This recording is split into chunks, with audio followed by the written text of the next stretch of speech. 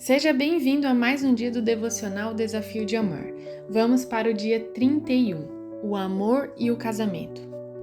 Por essa razão, o homem deixará pai e mãe e se unirá à sua mulher, e eles se tornarão uma só carne. Gênesis 2:24. Esse versículo é o modelo original de Deus de como o casamento deve funcionar. Seu padrão específico de um homem mais uma mulher igual unidade foi estabelecido na criação, Gênesis 2:24, verificado por Jesus em Marcos 10, do 6 ao 9 e esclarecido por Paulo em Efésios 5:31. Ele envolve um rompimento e uma costura.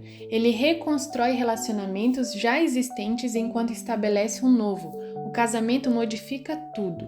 É por essa razão que casais que não levam a sério essa mensagem de rompimento e apego sofrerão as consequências ao longo do caminho quando os problemas são bem mais difíceis de serem solucionados sem ferir alguém. Rompimento significa que você está quebrando um laço natural. Os conselhos de seus pais devem ser respeitados, mas eles não podem mais lhe dizer o que fazer.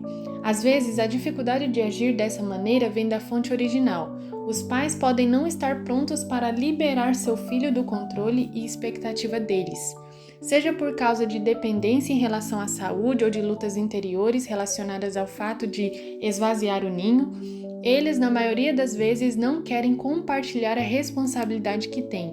Em casos como esses, o jovem precisa ser corajoso e escolher romper por ele mesmo. E muitas vezes tal rompimento não é feito de maneira adequada.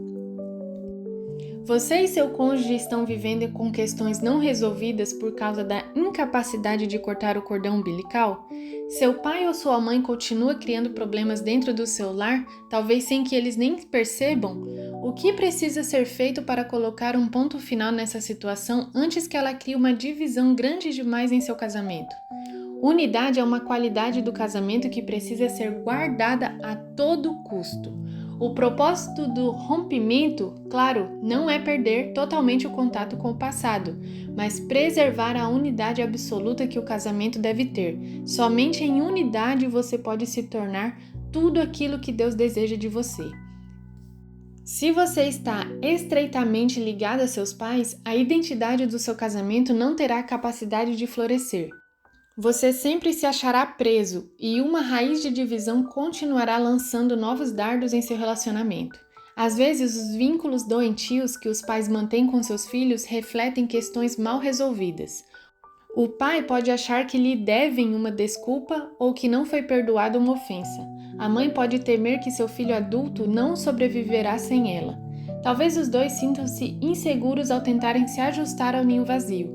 Quem sabe simplesmente desejem que você seja agradecido por tudo o que fizeram ou necessitem de que reafirme seu amor por eles. Qualquer que seja a razão, é prudente que o filho casado convide seus pais para comer ou escreva uma carta bem elaborada para expressar seu amor genuíno, seu apreço e seu agradecimento, junto a palavras de desculpas ou alento, da forma que seja necessária. Você deve saber que questões como essas não acabarão, a menos que seja feito algo a respeito. A sua lealdade deve passar de seus pais a seu cônjuge. Também deve ser deixados para trás antigos amores e amigos. Tudo mais passa a segundo plano e assume a distância emocional devida para dar lugar ao florescimento da união. Porque sem esse afastamento não se pode conseguir essa união necessária, o apego dos corações imprescindível para experimentar a unidade.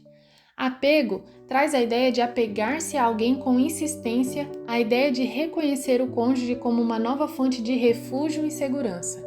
Esse homem agora, o líder espiritual do seu lar, encarregado da responsabilidade de amar você como Cristo amou a igreja e se entregou por ela, essa mulher agora é uma em união com você, chamada para tratar o marido com todo respeito. Quanto mais compreenderem para o que são chamados a representar a cada dia, mais aumentará o valor de seu casamento. Sem dúvida, muitas vezes os casais, incluindo casais cristãos, pensam que sabem mais que Deus e ignoram o propósito divino para sua união ou os papéis que ele elaborou. Pôr em prática Gênesis 2,14 parece demasiado estranho ou difícil. É por isso que se conformam com uma maneira mundana de pensar e descuidam do afastar-se e unir-se aos quais Deus elaborou. Dispõem-se a sacrificar a unidade e a resistência do relacionamento mais importante de suas vidas para contentar outros que não fazem parte deste vínculo. Não se dão conta de que, quanto mais unificado estiver o casamento, mais felizes e fortes se tornarão para desempenhar todos os demais papéis e responsabilidades da vida. É difícil, muito difícil, quando a busca pela unidade é basicamente feita por apenas um dos lados.